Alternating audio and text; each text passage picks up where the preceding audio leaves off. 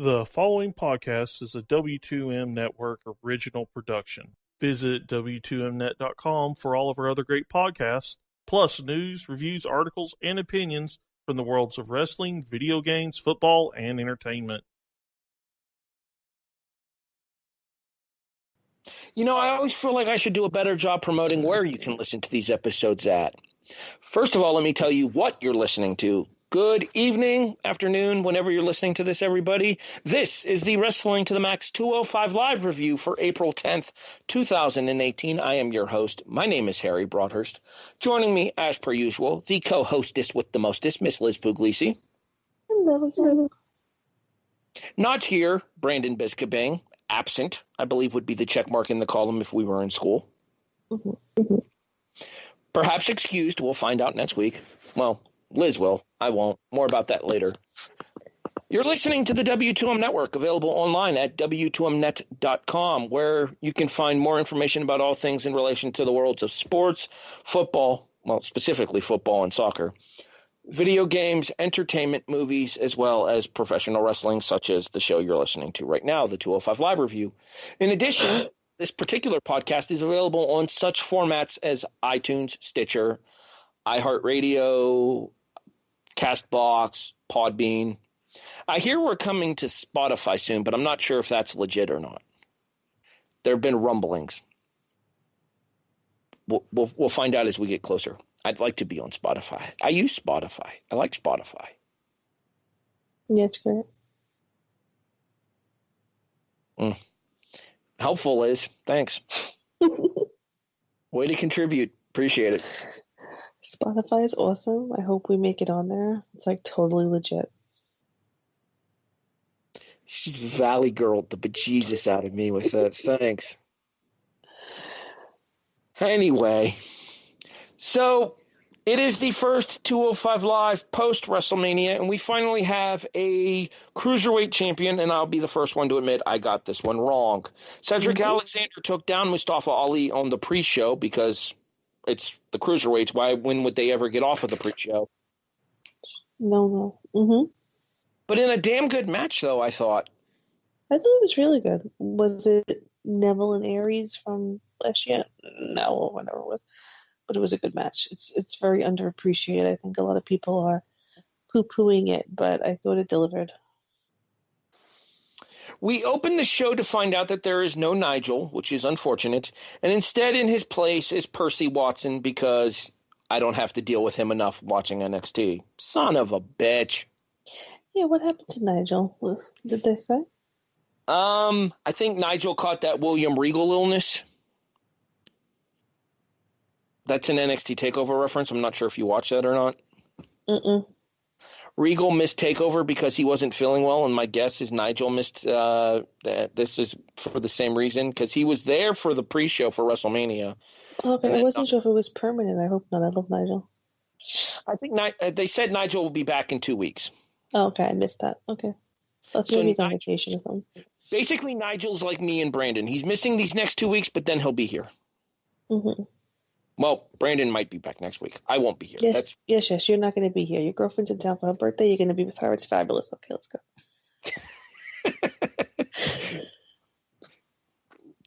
The cranky edition of 205 Live this weekend, brought to you by Liz Pugliese. Okay, then.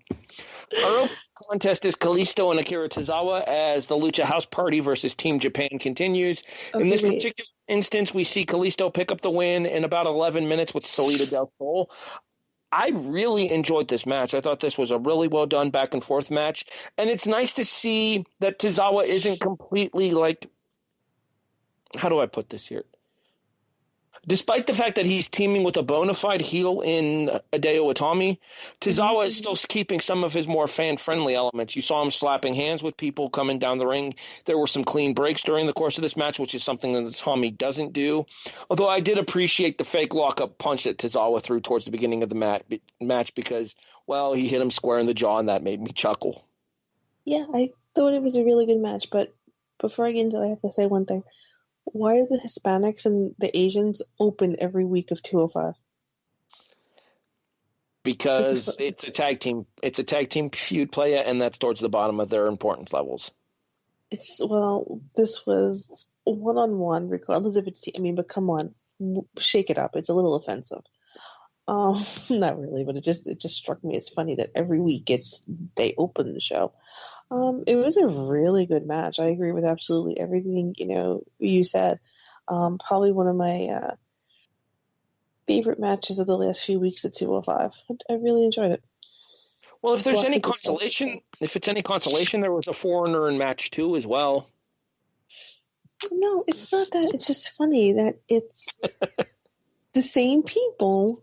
I mean, literally the same people opening the show. It's probably going to be the same people next week, too, with the tag match that was announced between the Lucha House Party and Team Japan. I'm positive. I'm just saying, no, sorry, my dog. No. It just struck me as funny when I was watching it, like, every week, really? Bruno's sick of the same tired schedule as well, apparently. No, Bruno had surgery this week and keeps trying to lick his stitches. You go show that Bow Wow some love once we're done here. Backstage, Mandrews runs into Tony Nese. Tony Nese says that he wants revenge on Gulak himself and says for Andrews to kick Gulak's ass. Mm-hmm. Drew Gulak comes out and teases a PowerPoint presentation. Of course, with this being the snarky WrestleMania crowd, they want the PowerPoint presentation. So Gulak poo-poos that and doesn't give it to them. He says that he is the best submission specialist in the WWE. He's been saying that for a while now. And that if you step to him, you will tap out to him. Really good promo. Yeah, I like the lack of PowerPoint presentation for heel Gulak. It makes more sense this way, especially with him trying to portray a much more serious character.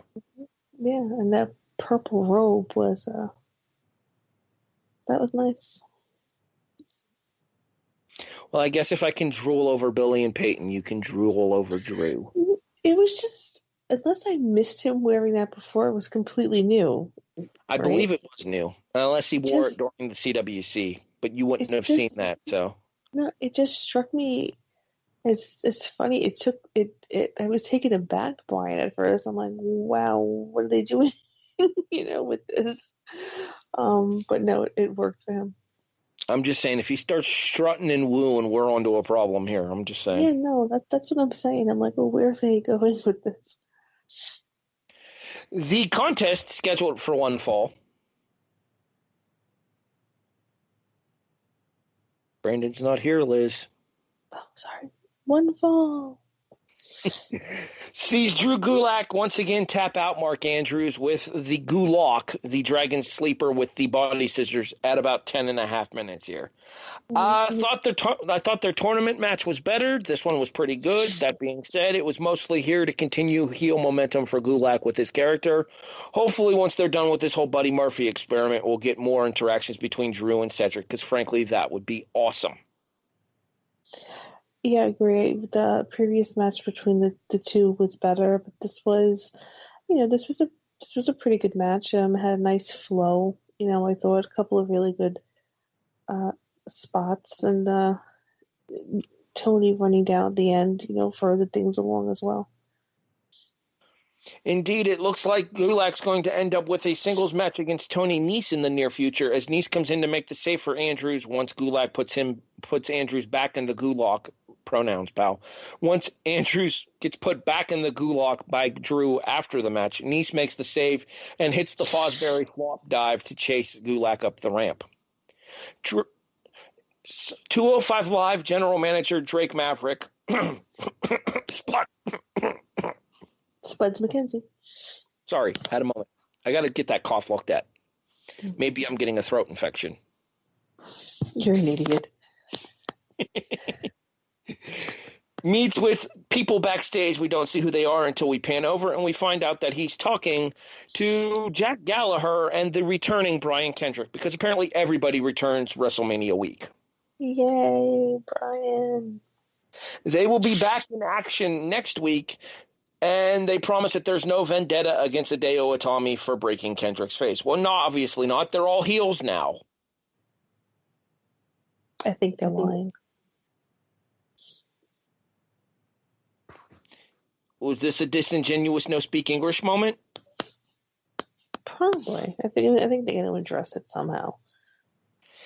I don't see it. I really don't, especially now that all four of them are, well, at least three of them are heels. I mean, Tommy's a heel. Tozawa's kind of in the middle, but Gallagher and Kendrick are most definitely heels. Yeah, true. We'll see. Cedric Alexander is brought out by Drake Maverick to celebrate the fact that he has won the Cruiserweight title. Cedric Alexander's comments are interrupted by Mustafa Ali. Ali comes down to say that not only does Cedric deserve it, he's earned it. There's a long line of guys in the back waiting to get a shot at Cedric Alexander, but remember that Mustafa's in that line.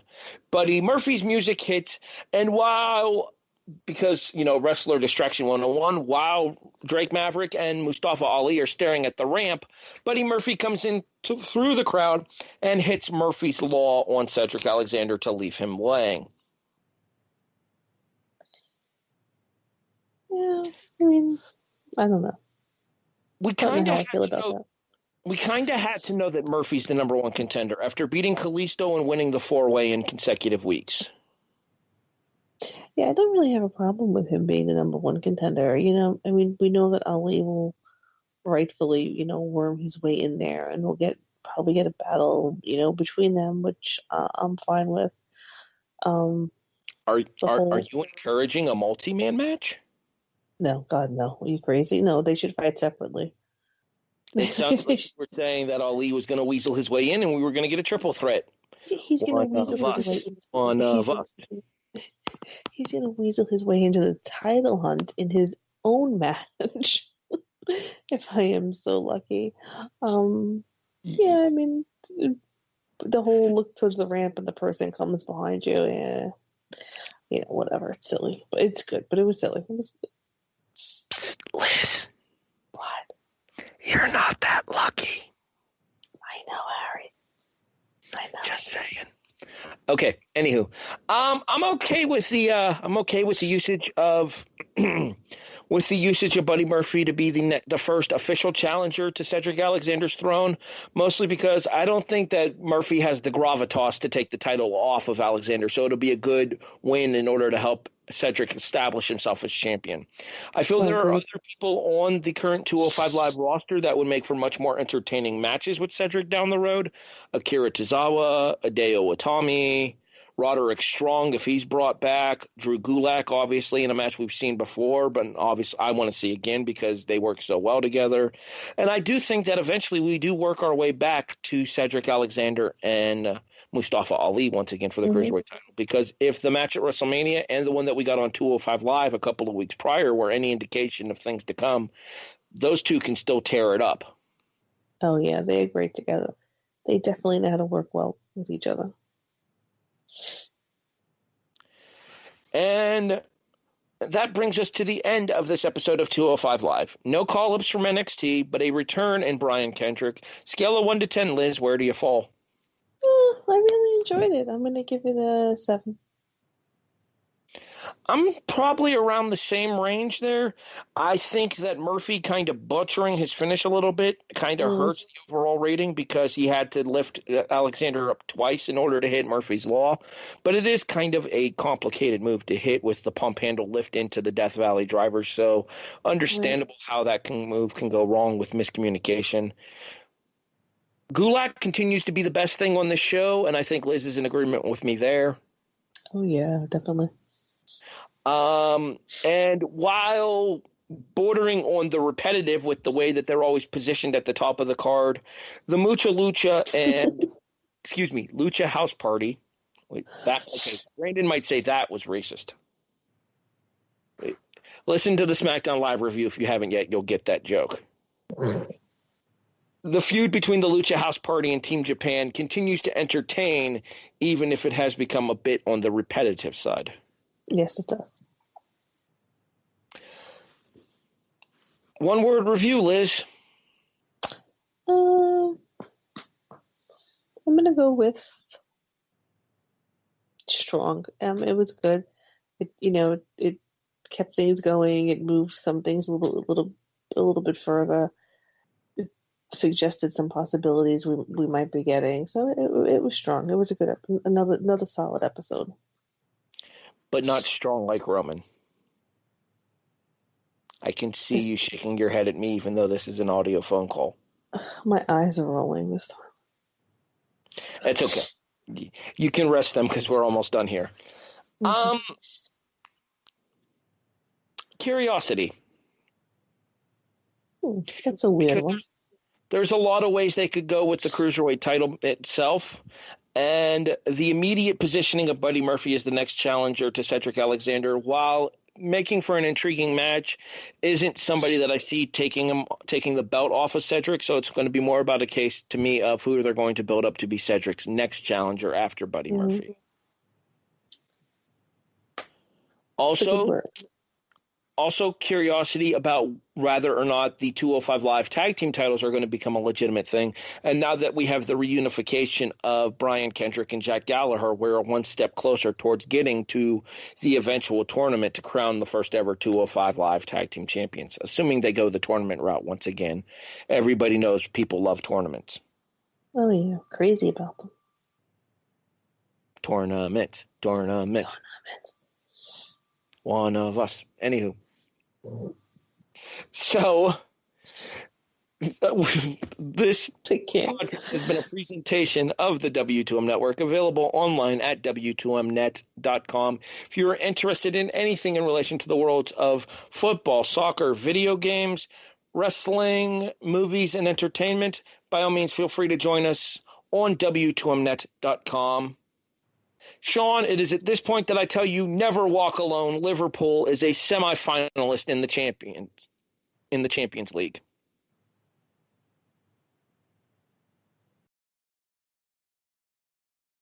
Care for the co-hostess with the most dismissed, Liz Pugliese.